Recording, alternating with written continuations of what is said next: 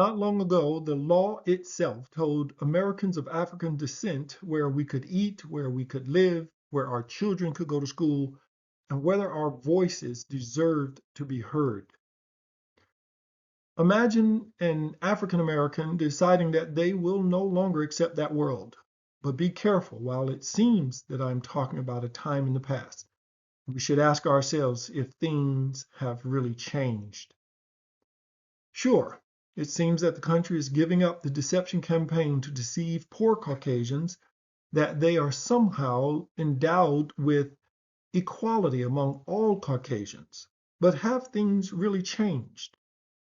I'm Dr. Mark HaLi, Population Health and Implementation Scientist.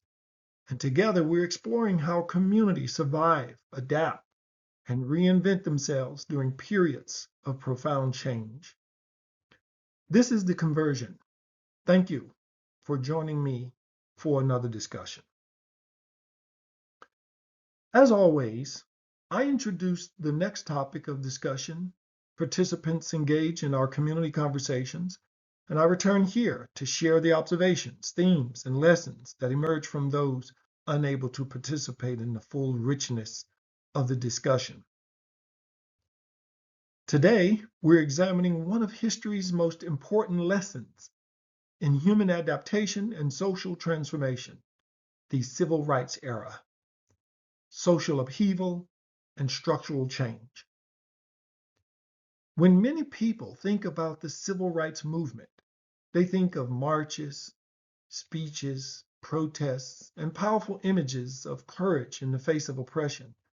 But beneath the headlines and historical milestone was something much more profound. A racially heterogeneous population of people collectively deciding that the existing social order was no longer acceptable. The civil rights era was not merely a political movement. It was a coordinated effort to redefine what was possible. It was a forced reckoning of democracy and decency that America claimed but still needed to live up to. Communities that had endured generations of exclusion and inequality began to recognize a fundamental truth. Systems do not change simply because people desire change. Systems change when enough people organize themselves to make maintaining the old system more difficult than creating a new one. This required extraordinary courage. It required community leadership. It required economic sacrifice. It required organized activism. It required a fight. People were already aware of the circumstances. And with that awareness, they decided. And then they remained committed because the alternative was unacceptable. Communities boycotted. Families risked employment and safety. Religious institutions became centers of planning and resistance. Local leaders emerged. Ordinary citizens accepted extraordinary responsibilities. And perhaps most importantly, people learned that individual frustration, when isolated, rarely produces transformation, but organized action can. The civil rights era teaches us that the change rarely arrives because those in position of power suddenly decide to surrender it. Change occurs when communities become sufficiently organized, unified, and persistent that existing structures are forced to respond. This lesson remains deeply relevant today. Our present circumstances look different, but many people are once again questioning institutions, authority, economic systems, and the direction of society itself. We live during a period of increasing polarization. We witness activism, protests, social movements, and competing visions of the future. We see these in person and on screens and through social media. And many people feel powerless. Many feel unheard despite all the media tools available. Many wonder whether meaningful change remains possible. But history reminds us that social transformation has never depended upon individual outrage alone.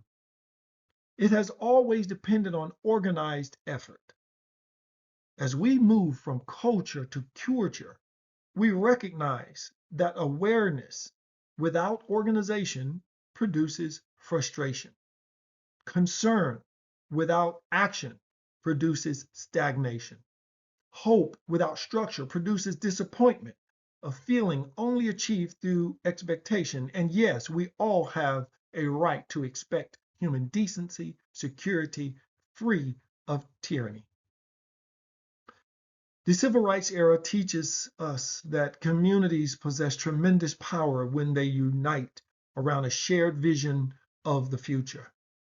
It teaches us that leadership is not merely a position. Leadership is a decision. Some in academia will press that leadership is a trainable discipline, but it's way simpler than that. Leadership is a decision. But perhaps the most important lesson is this: the future does not belong to those who wait for change. The future belongs to those willing to organize for it. The question for us today is not whether society will continue to change, because it will. The question is, will we remain observers of change, or will we become participants in shaping it? You may be asking yourself, what does this have to do with population health? As the answer may be obvious to those of you who know, it may not be obvious to those who wonder. But population health is more than the status of wellness of individuals measured in denominations of group profiles such as age, residence, sex. It consists of social drivers of health that determine the degree of risk in population health indicators such as mortality, morbidity, years lost, life expectancy, birth rates, etc. Systemic conditions drive all these indicators to build the life everyone deserves.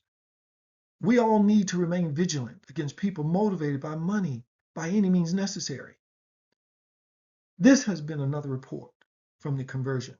Until next time, be well.